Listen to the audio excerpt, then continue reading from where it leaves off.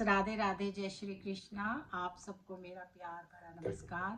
स्वागत है आपका, क्या कहते हैं, आपके नंबर में। मैं आपकी अपनी एस्ट्रोन्यूमोलॉजिस्ट ललिता टंडन। आज आपके साथ बात करूंगी अक्टूबर के महीने में कैसा रहेगा कन्या राशि वालों का समय। काल पुरुष की कुंडली की छठी राशि कन्या राशि है। कन्या राशि को बुध रूल करते हैं। अक्टूबर के महीने को लक्ष्मी रूल करती है, यानी कि शुक्र रूल करते हैं। तो चलिए उस पर हम बात करें। उससे पहले आप सब मेरा YouTube channel astrologer Lalita Tandon like कीजिए, सब्सक्राइब कीजिए और बेल आइकॉन को जरूर दबाइए। यहाँ पर आपके किस तरह से कौन से घर में ग्रह बैठे हैं पहले मैं आपको वो बताती हूँ, क्योंकि घर जिस भाव में बैठे होते हैं उसी तरह के परिणाम देते हैं। उससे ही आपको बहुत सारी चीज़ें खुद ही पता चल जाती हैं। तो आपके लगन में सूर्य और मरकरी बैठे हुए हैं। बुध आदित्य योग लगन में ही बना हुआ है। मंगल आपके दूसरे घर में यानी आय के घर में बैठे हैं और राहु आपके छठे घर में बैठे हैं, रोग ऋण के घर में बैठे हैं। और केतु और वीनस आपके 12वें घर में बैठे हुए हैं। गुरु जो हैं वो आपके 10वें घर में बैठे हुए हैं। वीनस का 12वें घर में होने का मतलब होता है कि वीनस जो है यहाँ पर 12वीं राशि में उच्च के होते हैं। और अगर आपके 12वें घर में वीनस बैठे हुए हैं तो यहाँ आपको आर्थिक दृष्टि से तो कोई परेशानी नहीं आने वाली।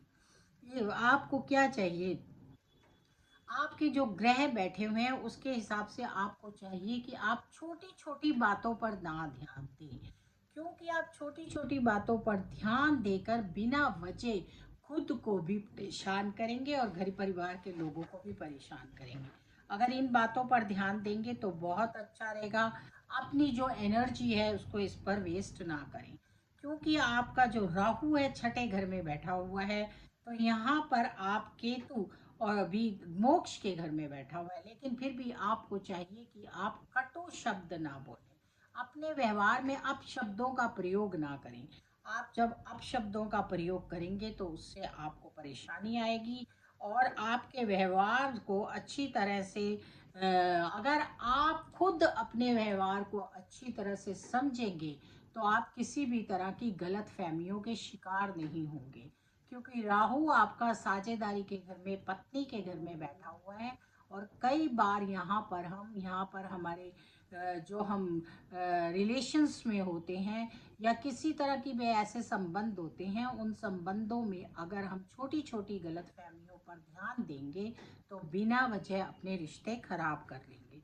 तो ये सब चीज़ों से आपको यहाँ पर ध्यान देना है। बाकी आप यात्रा कर सकते हैं, विदेश जा सकते हैं, धन की आपको कोई कमी नहीं होगी, यात्रा पर अच्छा खासा खर्चा कर सकते हैं और लाभ आपको दिखता हुआ नजर आ रहा है। गुरु आपके 10वें घर में बैठे हुए हैं, यहाँ से सीधा चौथे घर में उनकी 7वीं दृष्टि पड़ रही है।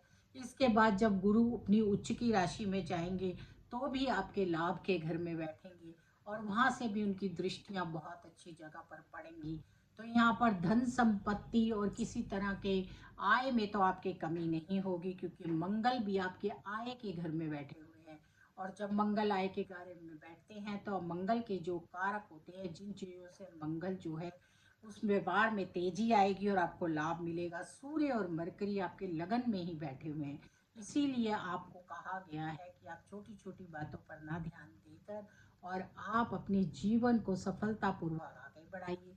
कई बार क्या होता है, हम घर में ऐसे उलझ जाते हैं कि जो हमारी उपलब्धियां होती हैं उनको भी छोड़ देते हैं। तो अपनी वाणी पर नियंत्रण रखिए, वाणी पर नियंत्रण रखना बहुत ज़रूरी है। अगर आप सोच समझकर बोलेंगे तो आप हर क्षेत्र में लाभ प्राप्त करेंगे और लाभ की तो आपको कोई कमी नज़र भी नहीं आ रही है। बस यहाँ पर अपने रिश्तों में आपको जो है अपने संबंधों को अच्छे से बनाकर रखना है, किसी के साथ भी किसी तरह का मिसबिहेव नहीं करना है।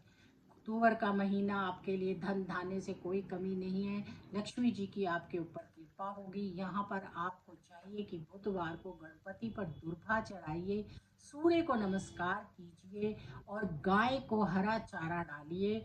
और उसके साथ साथ वीरवार को लक्ष्मी नारायण पर हल्दी अर्पण कीजिए, उससे आपको बहुत सफलताएं मिलेंगी।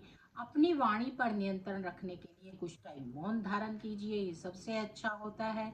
और नहीं तो आपको ओम गण गणपति की एक माला करनी चाहिए। इससे गणपति भगवान आप पर बहुत कृपा बरसाएंगे। राधे राधे, जय श्री कृष्णा।